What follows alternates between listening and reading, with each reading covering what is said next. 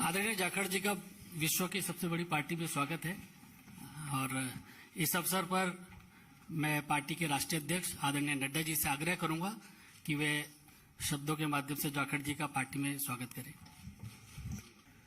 जैसा अभी अनिल बलूनी जी ने आपके सामने इस विषय को रखा है कि सुनील जाखड़ जी भारतीय जनता पार्टी की सदस्यता लेकर भारतीय जनता पार्टी में शामिल हुए हैं, मैं अपनी ओर से और पार्टी के करोड़ों कार्यकर्ताओं की ओर से उनका भारतीय जनता पार्टी में स्वागत करता हूं, अभिनंदन करता हूं। ये हम सब के लिए खुशी का विषय है कि सुनील जाखड़ जी जो एक अनुभवी नेता और जिन्होंने लगभग 3.5 दशक राजनीति में एक अपना स्थान बनाया है, ऐसे व्यक्तित्व भारतीय जनता पार्टी में शामिल हुए हैं।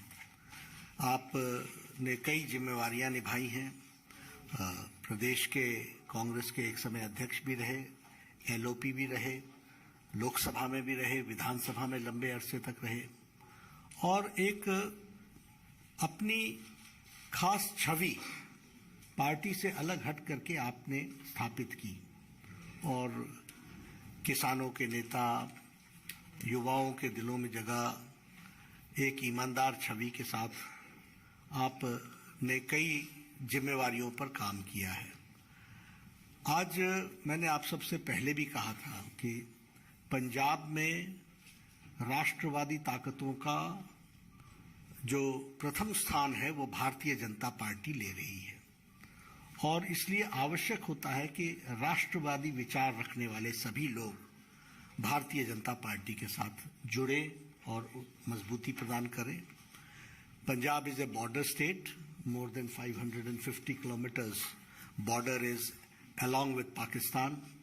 There are issues related to drugs, there are issues related to terrorism, there are issues where it is the endeavor from the Pakistan side is to make it a gateway for all activities which is going on, which may be which may be detrimental to India.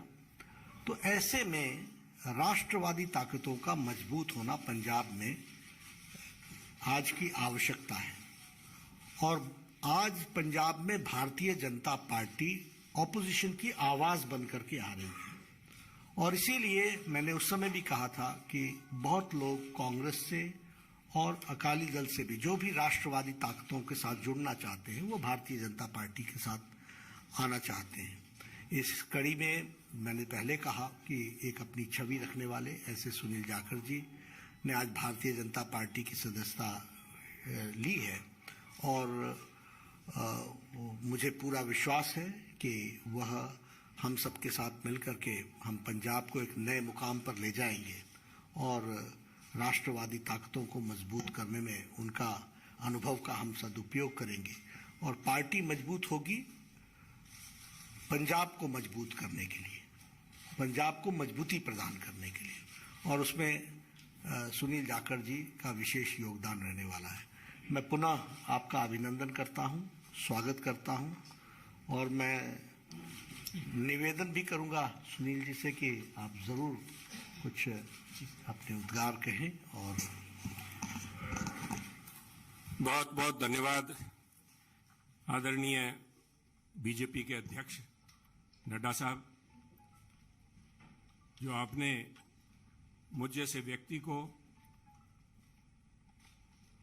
माननीय प्रधानमंत्री नरेंद्र मोदी जी, माननीय देश के गृह मंत्री अमित शाह जी,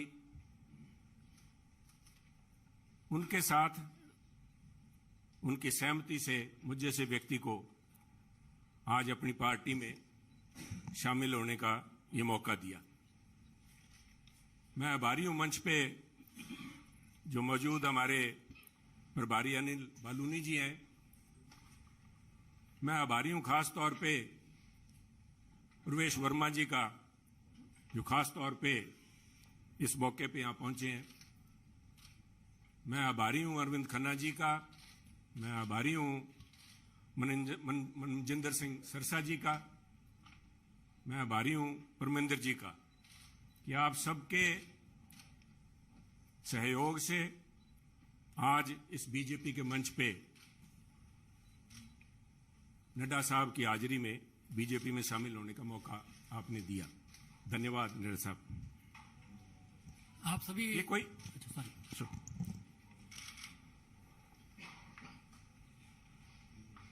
कोई आसान काम नहीं होता। 50 साल का संबंध मेरा कांग्रेस से है। हमारी 3 पीढ़ियां कांग्रेस पार्टी में सन 1972 से लेकर आज 2022 तक हमने पार्टी को अपना परिवार समझ के अच्छे बुरे समय में साथ रहे हैं। और एक चीज जो मैं समझता हूं, जिसकी वजह से, जिस आत्मीयता से और जिस खुले दिल से बीजेपी के शीर्ष नेतृत्व ने और नड्डा साहब ने आज मिलने का मौका दिया, उसका सबसे बड़ा कारण था कि सुनील जाखड़ ने राजनीति को निजी स्वार्थ के लिए इस्तेमाल नहीं किया। सुनील जाखड़ ने कभी तोड़ने का काम नहीं किया। हमने सभी हमेशा कोशिश की है, शायद सफलता ना मिली हो, जोड़ने का काम किया है। और मैं एक ऐसे सूबे से संबंध रखता हूं, एक ऐसे प्रांत से आता हूं जो गुरुओं, संतों, पीर, पैगंबरों की धरती मानी जाती है। अगर राष्ट्रीयता की बात, जैसे नड्डा साहब ने बार बार जिस बात को इम्फेसाइज किया है, आज अगर जहां देश की जरूरत राष्ट्रीयता की भावना की है, वहां अगर राष्ट्रीयता कहीं से चालू होती है, जिसे कहते हैं उर्स्प्रुंग, द बेसिक जेनेसिस राष्ट्रीयता, वो तभी पैदा होती है जब समाज में राष्ट्रीयता की भावना हो, एकजुटता की भावना हो। और पंजाब का मूल मंत्र ये रहा है, गुरु साहब ने, गुरु नानक देव जी ने सर्व साझीवालता की बात कब की थी? आज भी उस पर पहरा देने के लिए पंजाबी उसी तरह तत्पर खड़े हैं। अगर सुनील जाखड़ ने आज एक परिवार से 50 साल का रिश्ता तोड़ने की नौबत आई तो कोई आधारभूत बातें थी, किसी कोई व्यक्तिगत झगड़ा नहीं था। झगड़ा राष्ट्रीयता को लेके, पंजाब की अखंडता को लेके, पंजाब की जो भाईचारा है, भाईचारक सांझ है, जिसको कि टेररिज्म AK-47 की गोलियां नहीं तोड़ पाई। जहां आपसी भाईचारे में, चाहे वो सिख हो चाहे हिंदू हो, उनके अंदर किसी किस्म का कोई द्वेष की भावना पैदा नहीं हुई। 25,000 से ज्यादा पंजाबियों ने कुर्बानी दी। पर आप भी गवाह हैं, साहब पड़ोसी दे, आपका तो पड़ोसी सूबा है, आप तो जब हिमाचल से चलते हैं, पंजाब के बीच में से होके जाते हैं, कभी भी कोई फर्क नहीं आया, किसी किस्म का कोई किसी सोच ही नहीं आई।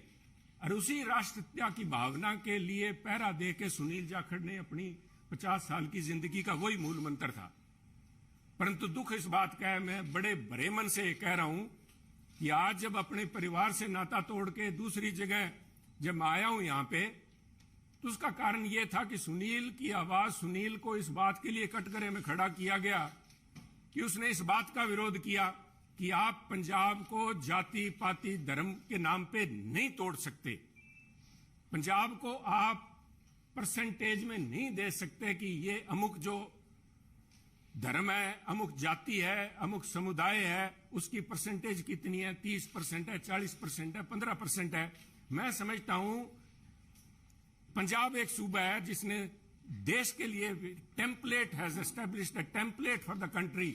Every single citizen has the same right as anybody else. सबको बराबरी का, there is no second class citizen in Punjab. और इस भावना को लेके पंजाब अग्रणी सूबा रहा है, चाहे वो हमने देश की सीमाओं पे लड़ाई लड़ी है, चाहे देश के विकास में, हर सूबे प्रांत में पंजाब ने अपना नाम कमाया है। कुछ लोग बात करेंगे क्योंकि हुआ क्या, कोई एक व्यक्ति की बात नहीं है कि एक व्यक्ति ने बोल दिया और संबंध टूट गया। वो कहना कच्ची यारी है, नहीं सर, इस तरह नहीं टूटा करती। ये कोई शीशा नहीं है जो 50 साल का संबंध है। कहते हैं कोई शीशा नहीं है कि पहले हम इंसान हैं, हमने रिश्तों को निभाया है असूलों की तरह, पर जब असूल ही टूट जाएं, जब हम अपने सिद्धांत से हट जाएं, अपनी आइडियोलॉजी से हट जाएं, तो मैं समझता हूं this is a right time to have a rethink. उसको सारा सोचना पड़ता है कि हम जा किस तरफ रहे हैं, आज किस तरफ बढ़े जा रहे हैं। तो उसको लेके मैं समझता हूं कि निर्णय लिया गया। और क्यों निर्णय लिया गया? बीजेपी के पास। मैं क्यों बीजेपी के आपके यहां आज मंच पे बैठा हूं?